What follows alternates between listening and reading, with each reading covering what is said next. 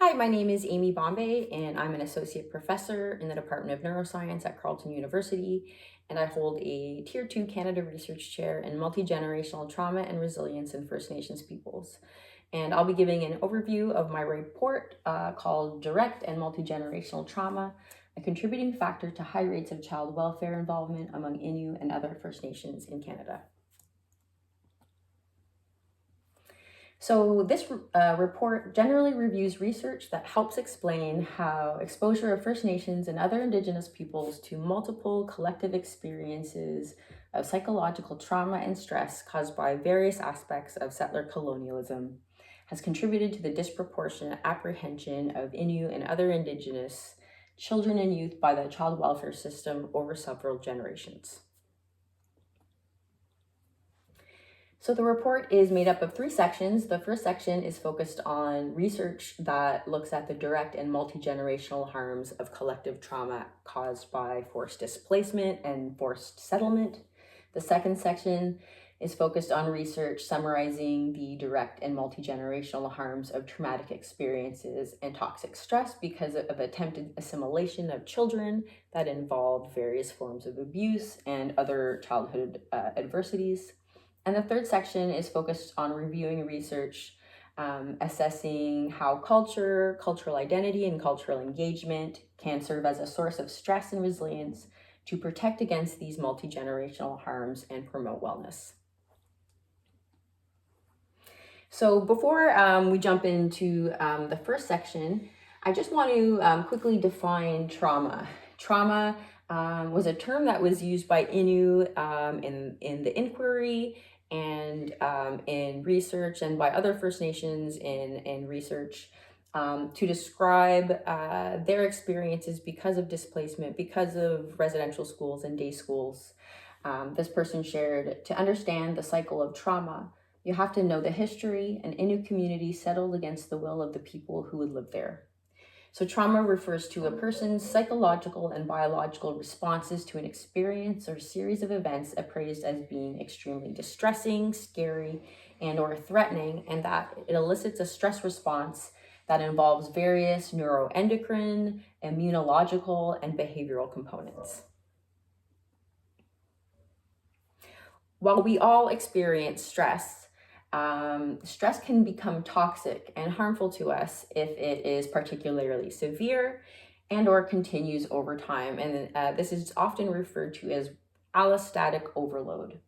And we know from research that trauma and stress can often elicit various emotional responses such as sadness, fear, anger, or shame. And these different emotions can contribute to slightly different biological responses that promote the risk for various mental health symptoms.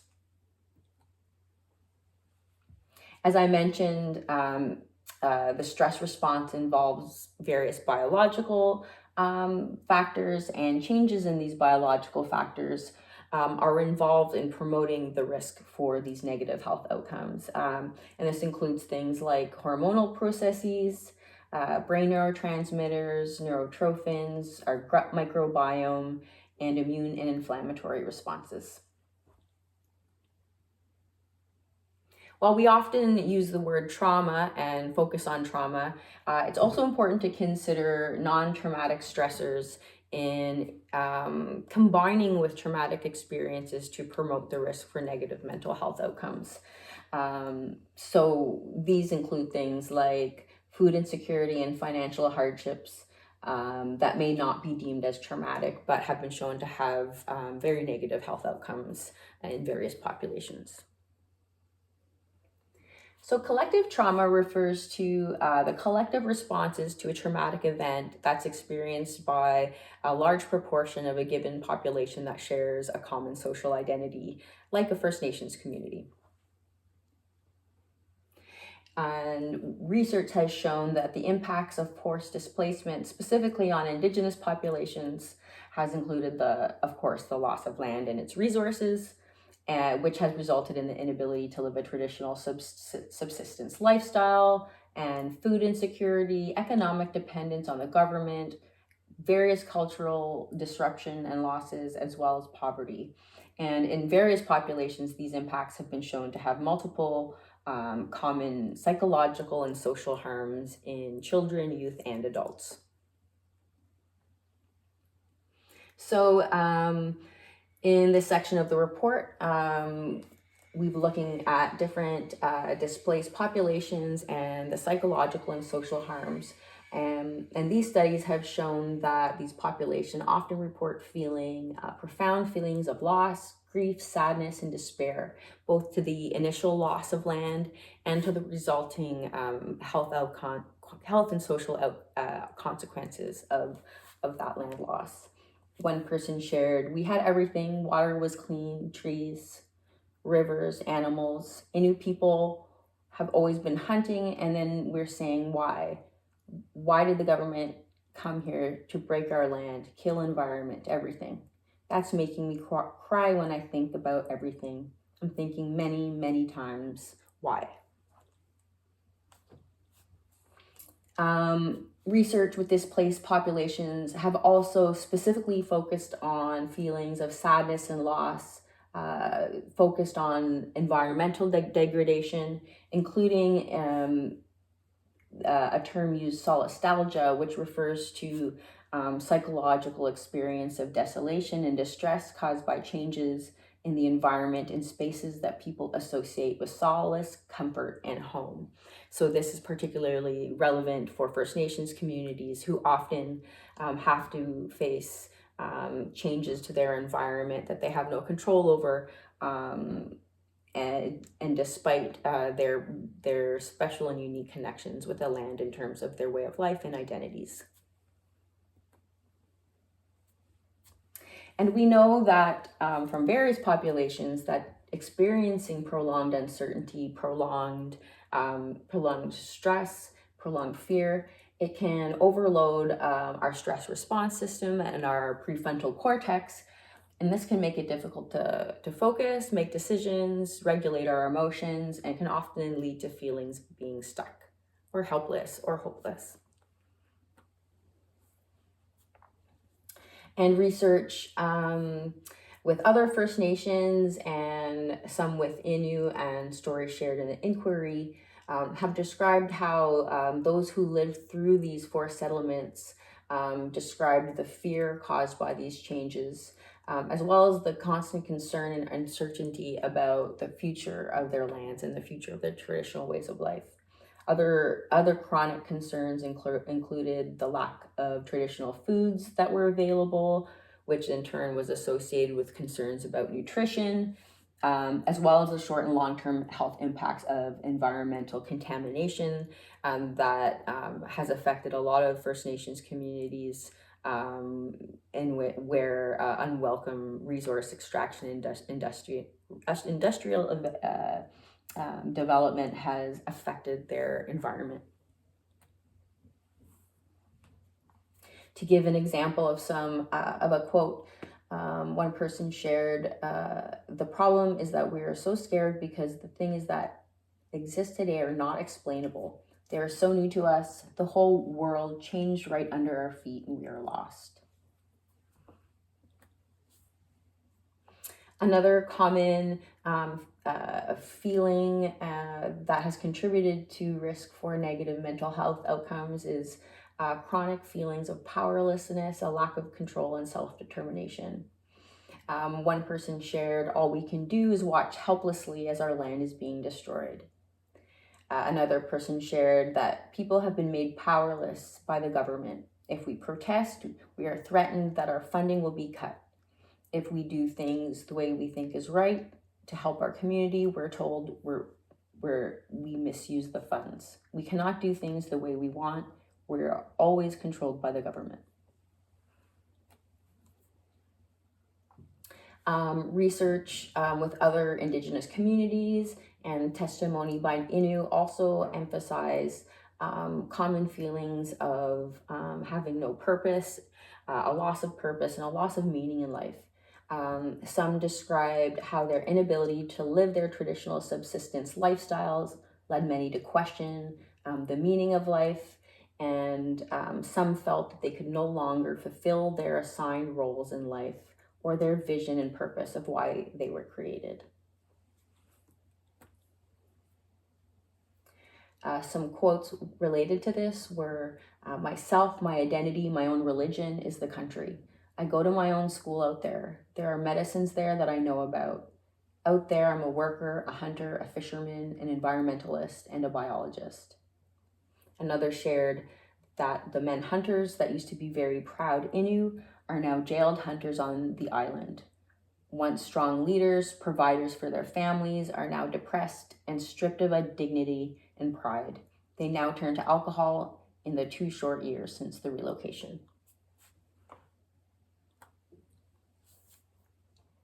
Another common chronic feeling experienced by displaced population is anger and frustration.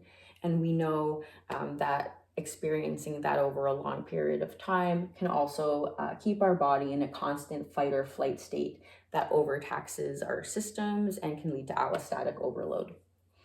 One person shared, taken from the homes they knew and placed into the cold, sparse homes, many parents started to drink as alcohol flowed freely. One of the driving factors of addiction was that the Innu had no autonomy over their families. There was a lot of abuse. My dad was mad all the time. He would just get mad at something and take it out on us. As a result of these chronic negative emotions, we know that that is associated with an increased risk for developing various negative mental health outcomes, such as symptoms of anxiety, depression, and post-traumatic stress.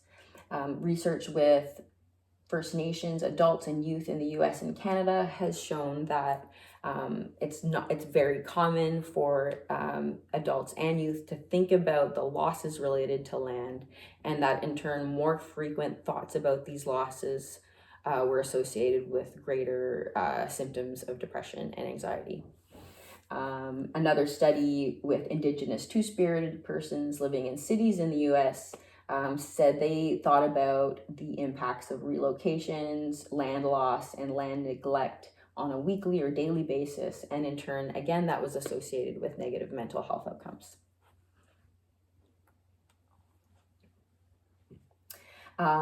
Studies have also shown how having one's community, environment, and surroundings be harmed by various industrial developments can also result in negative mental health outcomes. An example is a study that assessed the harms of the Exxon Valdez oil spill among Indigenous communities in Alaska, which found that exposure to the spill and to the subsequent cleanup was associated with greater symptoms of depression, anxiety, and post-traumatic stress disorder 1 year later. Research with displaced populations has also shown that along with the mental health symptoms come substance misuse and addictions. Large proportions of community members have turned to substance misuse as a response to and an escape from the stresses of displacement and the sense of loss, powerlessness, and other emotional and psychological harms already mentioned. There was one study, a quantitative longitudinal study with adults in American Indian and First Nations communities in Canada, revealed that those who had a history of being forcibly relocated were more likely to report substance use problems. One person shared in the inquiry, I was drinking, I only wanted to have fun and not think about the things that happened to me.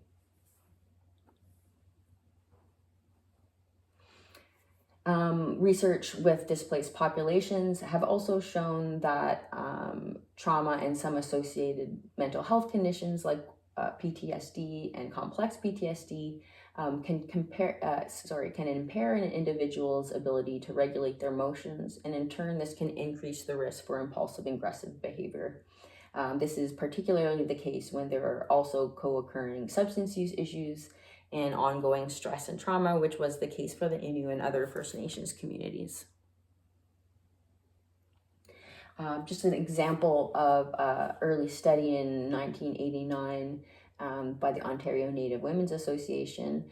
It showed that alcohol was reported to always be involved in domestic fights by 44% of respondents in the survey, while 37% said it was often present in incidents of family violence. In total, 78% said that alcoholism was a main cause of domestic violence in their communities.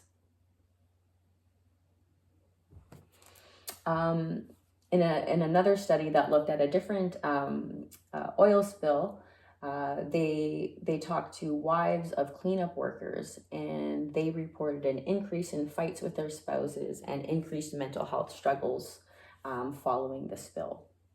While much of this occurred within families, within the families or within community members, research has also shown that Indigenous communities affected by resource extraction often face risks of their women being abused and sexually harassed from non-Indigenous men in working nearby or living nearby. And this is just a figure that summarizes these impacts of land dispossession and of industrial activities.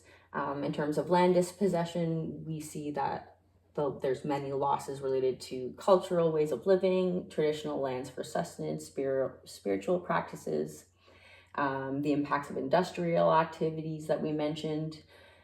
These have immediate mental health impacts in terms of promoting chronic feelings of grief, sadness, depression, stress, distress, fear, anger, frustration, hopelessness, powerlessness, suicidal thoughts, substance misuse, and over time that contributes to the social impacts we talked about, like the cultural losses, like the family breakdowns, and some violence within some households and within the community. And in turn, over time, this also then contributes to promoting mental health impacts in kind of a cyclical way. In section 3, we'll be talking about about protective factors that can interact and protect against some of these multi-generational harms, particularly focused on the protective effects of cultural engagement and cultural identity. So when any community experiences a collective trauma, we know that a lot of those community members are going to be parents or soon to be parents. And research has shown that trauma-related parenting difficulties often lead to adversity in the next generation, and therefore puts those families at risk of intervention by the child welfare system. So we know that through various biological, psychological, and social pathways, parental trauma, either in their childhood or in adulthood, can lead to their children experiencing early life trauma and stress. This is a diagram showing some of the pathways that might be involved in this. We see in generation 1 experiencing adverse childhood experiences, but that could also include ongoing traumatic and stressful experiences, which can promote poor coping styles like substance misuse, different cognitive styles like learned helplessness, and poor appraisals that in turn can promote various negative mental health outcomes, as well as promote the risk of experiencing subsequent stress and trauma, something known as stress proliferation, where one's previous stress and trauma promotes the risk of experiencing subsequent trauma. We know that adverse childhood experiences is also linked with increased reactivity to stressors, where previous adversity, particularly early in life, can make someone more susceptible to the harms of subsequent stressors. And in turn, if those people are parents, this can lead to parenting deficits that promotes the recurrence of adverse childhood experiences in that next generation. An example of a study that looked at this at different multi-generational pathways that were associated with outcomes in the third generation. This was a study with First Nations and American Indian communities, and they looked at how the familial relocation experience in the grandparent generation was associated with alcohol problems in that generation, which was in turn associated with alcohol and drug problems and depressive symptoms in the second generation, who were also parents, and this was then associated with increased depressive symptoms and delinquency in that third generation, and this was partially accounted for by reduced levels of parent warmth and support for their children that was promoted through their substance use issues. Now in the report, I give some more details than this in relation to a case study focused on the Chimawawin Cree and the Grand Rapids hydroelectric dam, and how their forced relocation in 1964 impacted the community in many ways, and led to cultural loss, pervasive alcohol misuse, mental health problems, separation of spouses, and parents reporting a lack of control over their children. And this is detailed in more detail in the report, and also this research shows that there were very high levels of intervention from child welfare authorities in this community. Another example of a case study that's described in the report is looking at mercury contamination in Grassy Narrows First Nation as a result of industrial activity. And again, in this community, this resulted in social upheaval and increased problems with alcohol use, violence, and youth suicide attempts. While certainly the same pathways discussed already in relation to parenting are going to be involved in these multi-generational effects.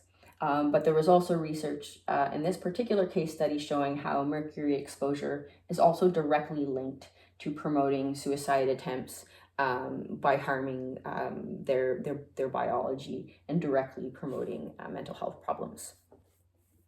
Section 2 of the report summarizes research focused on looking at the direct and multi-generational harms of traumatic experiences and toxic stress because of attempted assimilation of Indigenous children involving abuse and other adverse childhood experiences.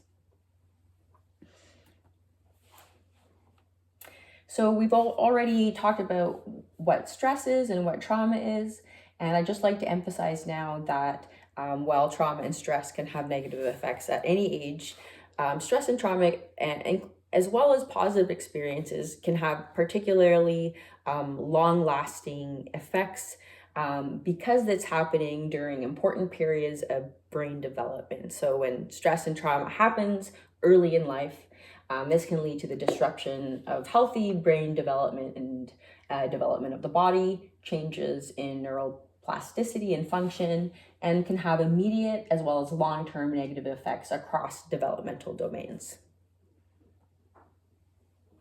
Adverse childhood experiences is just a common term used in research referring to common, potentially traumatic experiences such as abuse and neglect while growing up that can have long-term impacts. This includes things within the household, but can also include adversities experienced outside the home and in the community. Research has also shown that not only is your exposure to ACEs associated with a greater risk for many different negative mental health and physical outcomes, it also shows that the greater number of ACEs you're exposed to, the greater risk of being exposed to more different negative outcomes. So the greater ACE score, the greater risk for having more negative health and social outcomes. I've already mentioned post-traumatic stress disorder and complex post-traumatic stress disorder. So I just wanted to differentiate the two. PTSD typically develops after exposure to a single traumatic event, whereas complex PTSD typically arises from prolonged, repeated trauma or exposure to multiple adverse childhood experiences, often in the context of interpersonal relationships. While both of these conditions share symptoms of re-experiencing, avoidance, and hyperarousal, CPTSD is associated with additional symptoms of emotional dysregulation, negative self-perceptions, and difficulties in relationships. To give you an idea of the degree of risk we're talking about, this was a study done with non-Indigenous population of young adults. And here we see the number of ACEs that people were exposed to and the risk of having depression, generalized anxiety disorder, post-traumatic stress disorder, or complex PTSD. And we can see that those who were exposed to 4 or more ACEs had a 16 times the risk of being diagnosed with CPTSD compared to those exposed to no ACEs.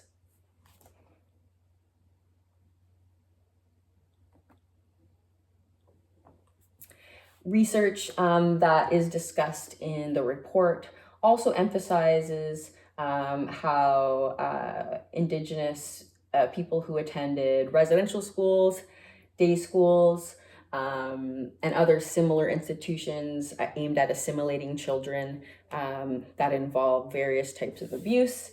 Those who attended were often exposed to at least 4 or more ACEs. This is just a survey of First Nations adults living across Canada who went to residential school, and you can see the high proportion of people reporting many different childhood adversities. So in the report, I also provide a summary of the adversities experienced by Innu children and youth who attended schools in their communities. It doesn't at all sufficiently describe the stress and trauma they experienced, but it gives an idea of the multiple different adversities that they experienced while attending. Most Innu children and youth faced cultural deprivation, cultural shaming and racism, psychological abuse, harsh and inconsistent discipline, and witnessing the abuse of others at school and in the community. Most, many experienced physical and sexual abuse either at school and or in the community. There were some who had to leave the community to attend school, either to residential schools or to attend high school in Newfoundland. And they also faced unwanted separation from their families and cultures, physical neglect, emotional neglect, medical neglect, as well as racial bullying and peer abuse. Many also described witnessing the abuse of their parents and other adults in the community by missionaries, and feeling constantly afraid and having nowhere to feel safe because the missionaries and the priest was always in the community. Forced displacement and settlement, as we talked about, also contributed to parenting difficulties, exposing children to additional household adversities such as mental health issues, substance misuse issues, household violence, and family breakdowns. As well, generations of Innu also grew up with shared community-level risk factors that parents had no control over, such as food insecurity, poor housing and crowding, and having to live with a lack of necessities like water or heat. So in this section of the report, I summarize different types of research looking at the immediate, long-term, and multi-generational harms of ACEs that are evident among Innu and other Indigenous populations that have been similarly affected by widespread early life abuse and additional adversity.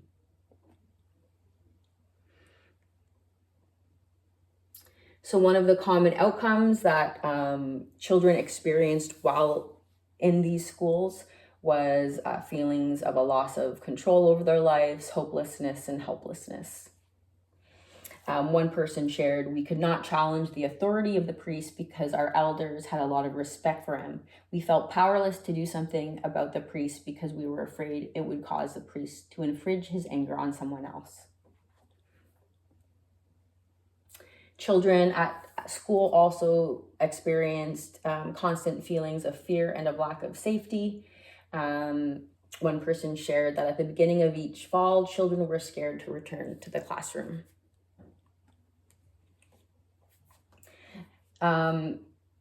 Children also experience prolonged grief and sadness, which we know, especially in childhood, can promote negative outcomes. One person shared, "When I was a kid, I remember taking off from here, going on a trek to the airport and on a plane. I didn't know what was going on. The first thing I know, I was taken away from my community, from my home, and does anyone know why?" Children are also experienced anger and frustration while attending school and in general. When children reported abuse, there was often nothing done about it, and in a lot of cases, they were just scared to tell their parents out of fear they wouldn't be believed. Research with other First Nations and Indigenous communities affected by residential schools and day schools have shown that the lack of action from staff in response to reported abuse meant that these children had nowhere to put their anger. This led some to internalize these feelings, which can lead to things like depression and anxiety. And these feelings of chronic anger can also be externalized and promote aggression and violence in children.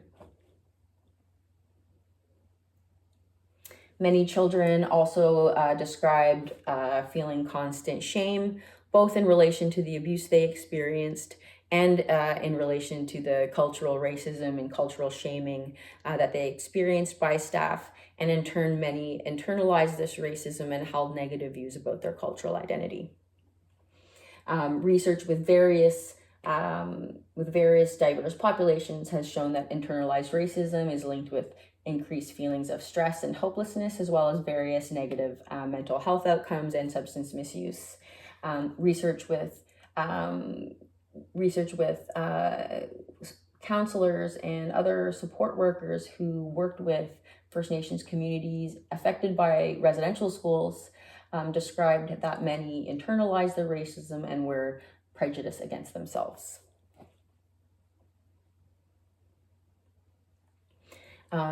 There's a number of quotes I share in the report. I'll just share one of them from the testimony in the inquiry. The only thing that kids learned in school is to be embarrassed by our culture.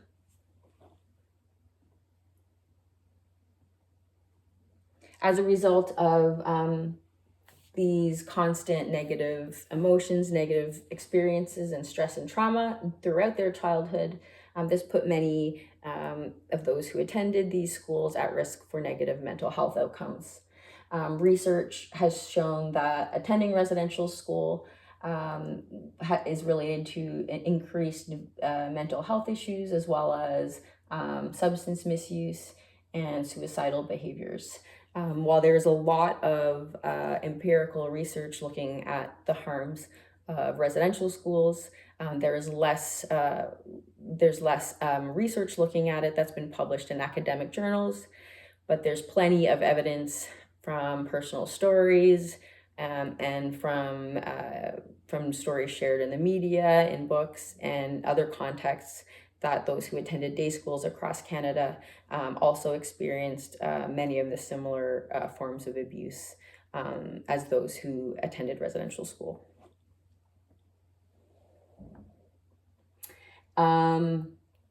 Research with residential school survivors has also shown an increased risk for substance use, and this was also described by Innu in the inquiry, who were negatively affected by their school experiences. One person shared, When this teacher was making fun of us, that's when I started sniffing gas because I saw other people doing it. This is what makes me sad when I see it. These teachers hurting them boys and these nurses, what they're doing to us. Research has also shown that experiencing multiple ACEs while growing up not only promotes risk for negative mental health outcomes, but also promotes risk for behavioral problems like aggression and violence. And this has been shown in diverse populations. For example, a review article assessing ACEs and child outcomes revealed significant associations with a number of developmental outcomes, including internalizing behaviors like anxiety, depression, and social isolation, and even stronger associations with externalizing behaviors like acting out, aggression, and rule breaking. Again, those children who were exposed to 4 or more ACEs were particularly at a higher risk for experiencing various types of developmental harms. Research has shown that those who went to residential schools were also at an increased risk for experiencing continuing stress and trauma right after school when they went home, and continuing throughout their life. And similar stories were shared by Inu in the inquiry. One person shared that, I guess a number of people described situations where Inu went away to school and came back into the community and couldn't communicate with their family members. They lost their language and their parents didn't speak English. This obviously contributed to feelings of isolation and as well as family breakdowns and a lack of communication between family members. This is a figure that summarizes some of these effects of residential schools on development. We have various kind of risk factors that can happen within the family, but then children were also exposed to multiple childhood adversities in residential schools. And these, both their earlier life household factors as well as their experiences at residential school would be expected to have a number of psychological impacts, such as intense emotional distress, those strong emotions of anger, sadness, loneliness, as well as we would expect behavioral problems, impaired relational detachment, disrupted learning of age-appropriate competencies, and various harms on a number of different mental, physical, and social outcomes. And research, as I mentioned, has also showed that a lot of these negative outcomes continue throughout one's lifetime beyond childhood, including complex traumatic reactions, persistent mental disorders, a cascade of negative events, so stress proliferation, where early stress promotes the risk for subsequent stress, as well as continued racism and marginalization. That said, as I mentioned, in the next section, I'll be talking about how resiliency factors can protect against these multi-generational harms and promote wellness.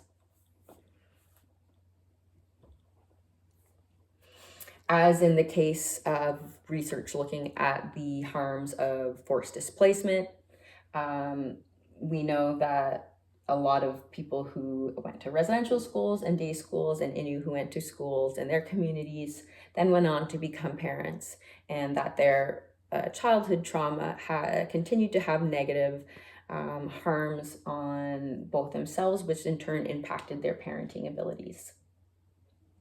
So research that has looked specifically at the effects of residential schools on multiple generations include the transmission of explicit models and ideologies of parenting based on their experiences in punitive institutional settings, typically run by various religious orders, as well patterns of emotional responding that reflect the lack of warmth and intimacy in childhood, repetition of physical and sexual abuse, loss of knowledge, language, and tradition, systematic devaluing of First Nations identities, and individual and collective disempowerment.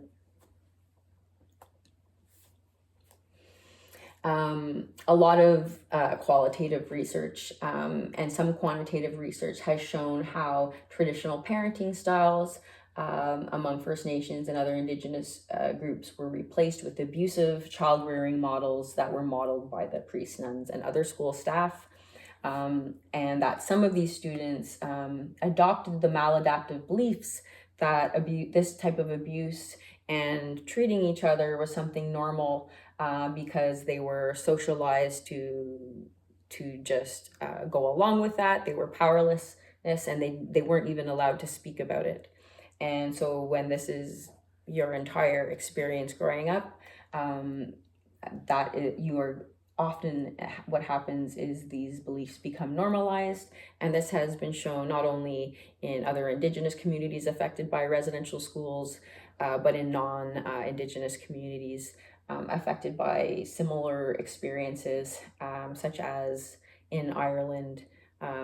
There were institutions where children had similar experiences, and this also promoted these maladaptive beliefs and continuation of abusive and aggressive behaviors as they got older.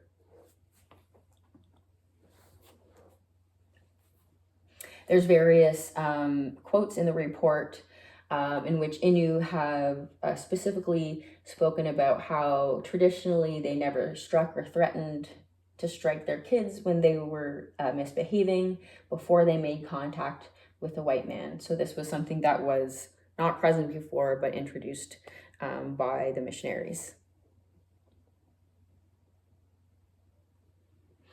This was just a quote talking about the normalization. One person, it was described how he grew up thinking that this kind of exploitation of children was normal. And often as a consequence, those who were victims became victimizers in adulthood. This is just to show that across Canada, First Nations and Métis and Inuit are more likely to report childhood adversities in national surveys. This is looking at proportion of adults born in 2004 or earlier who reported sexual or physical abuse. And you can see when they look compared Indigenous to non-Indigenous, and we look across different years, it's higher in non-Indigenous in the Indigenous population in the earlier years, but then decreases a lot and is only slightly higher than the non-Indigenous population in more recent years. And you can see that this generally likely reflects the decreasing proportion of children that were attending day schools and residential schools. I won't go over it in detail in this presentation right now, but it is in the report. Just research showing that First Nations and Indigenous children across Canada are at greater risk for not only abuse, but various types of adversities while growing up. And we see in qualitative research is consistent with this quantitative research showing that the transmission of abusive behavior is experienced in many communities that were affected by residential schools and day schools. This is from a study in a different First Nations community who described how they still struggle all the time because she's not out of blaming me yet for not being the best parent to her when she was growing up. I see my daughter struggle today. The other night I had a phone call from her. She's abusive to her partner is abusive to her, and the grandchildren see it. My little grandchild, I can see his little temper already. And this is research by our team looking at quantitatively the proportion of First Nations adults who reported various childhood adversities. And we looked at that as a function of whether their families were affected by residential schools or not. So we compared those whose families were not affected to those who had a grandparent who attended, those who had a parent who attended, and those who had a grandparent and parent who attended. And we find across these different adversities, those who had a parent and or grandparent who attended report were more likely to experience these childhood adversities.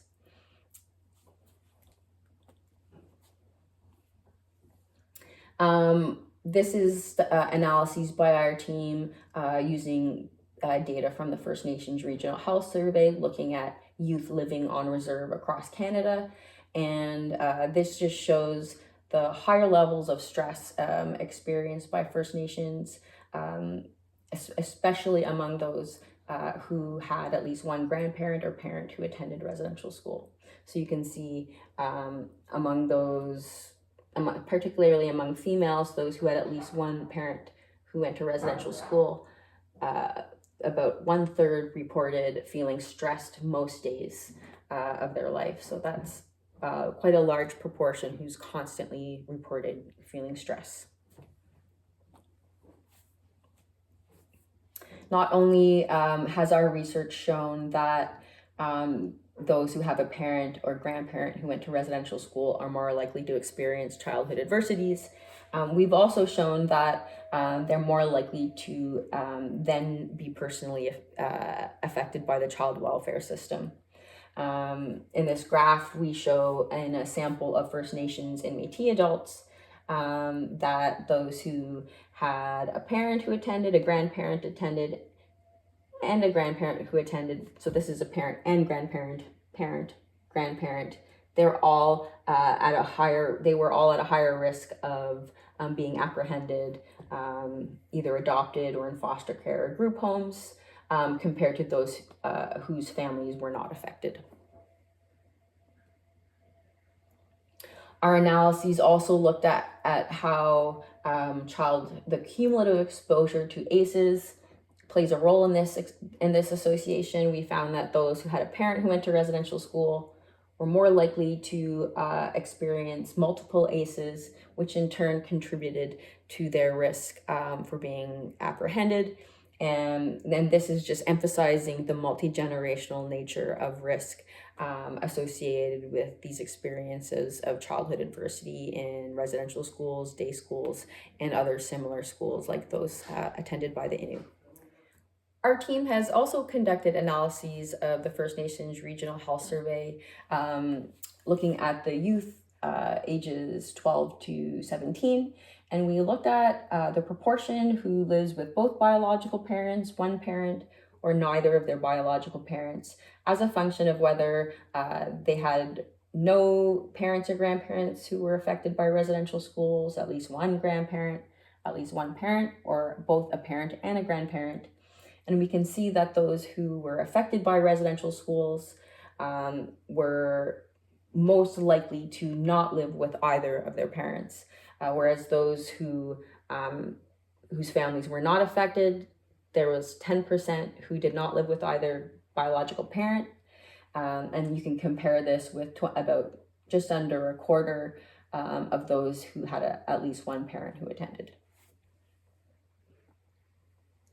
Our research has also shown the increased risk for various mental and physical health outcomes in the children and grandchildren of those who went to residential school. In this example, we're looking at the proportion of youth and adults. So this is the youth and older youth and the adults 30 and older who seriously considered suicide. And we looked at that as a function of residential school family background. And again, we see this increased risk among those who had parents and or grandparents who went to residential school. We found similar findings in relation to binge drinking, cannabis use, and some other drugs use that aren't shown here.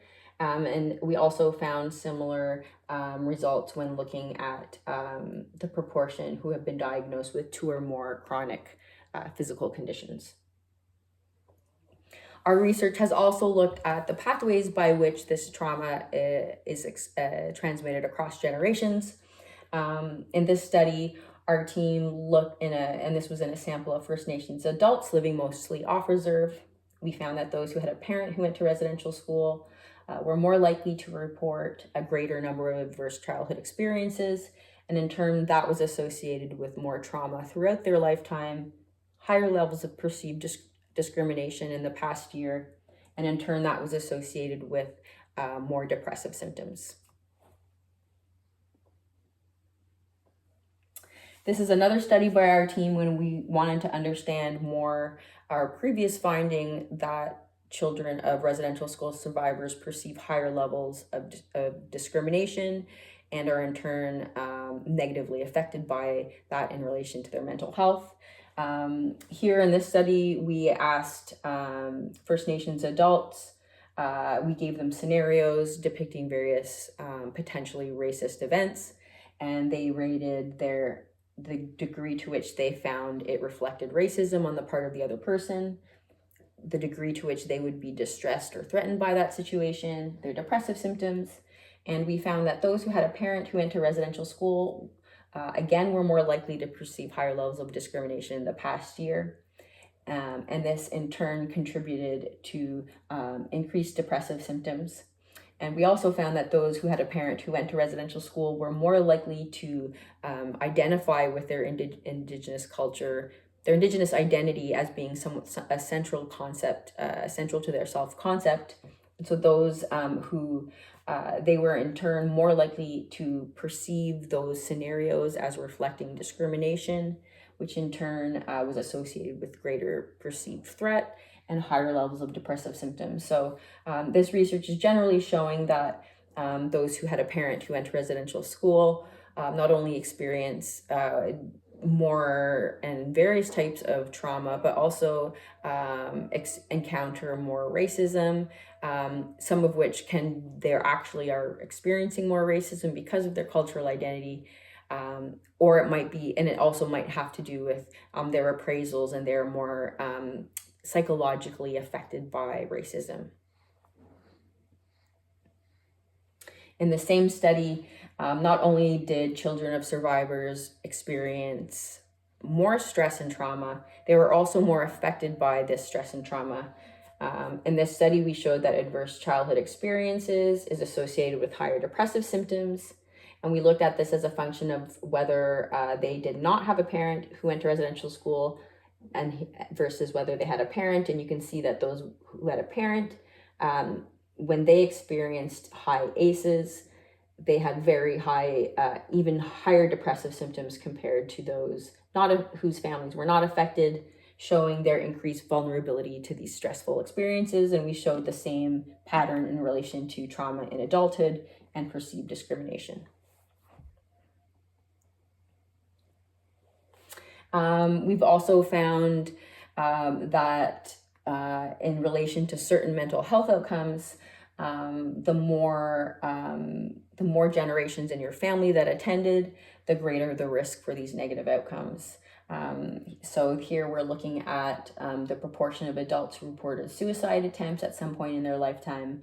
And we found that those who had a parent and a grandparent who attended had the highest risk for this negative outcome, followed by those who had a parent or a grandparent, so one previous generation, and the lowest was those who were not affected. And again, this is just showing the same pattern where those with a parent and a grandparent who attended residential school were the most likely to report that there was a suicide in their household while growing up. So this is just to give a summary of not only residential school trauma, but the larger political disempowerment, loss of collective identity, and genocide of First Nations, not only because of residential schools and day schools, but also forced displacement and various other aspects of colonialism. And we see that these effects at the nation level interact with effects at the community level, which include community disorganization, conflict and social problems, loss of whole generations of children, and resulting in negative labeling and stereotyping of the community, effects at the family level, and effects at the individual level that we've already talked about, And this can include various biological pathways as well. Research has not looked at that in Indigenous populations, but we know from research with other populations who have endured collective trauma that their experiences can actually influence the expression of genes, and that those can potentially be transferred across generations. And that's here you're seeing the epigenetic regulation of HPA axis is when experiences have epigenetic changes that change the expression of certain genes and can promote risk or resilience for certain outcomes. The third section of my report focuses on summarizing research, assessing how cultural identity and cultural engagement can serve as a source of strength and resilience for Indigenous communities to protect against the multi-generational harms of colonialism and promote wellness. This is research by our group, again, looking at the data from the First Nations Regional Health Survey of First Nations living across Canada. And it's looking at the proportion of adults,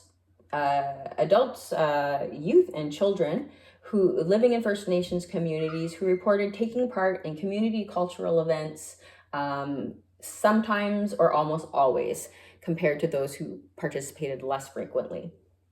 And what we found when we looked as a function of their grandparent and parent attendance at residential school or their own personal attendance at residential school, despite the fact that day schools and residential schools and schools in Innu communities aim to assimilate and take away their culture, those who attended residential schools were more likely to seek out and participate in their community cultural events.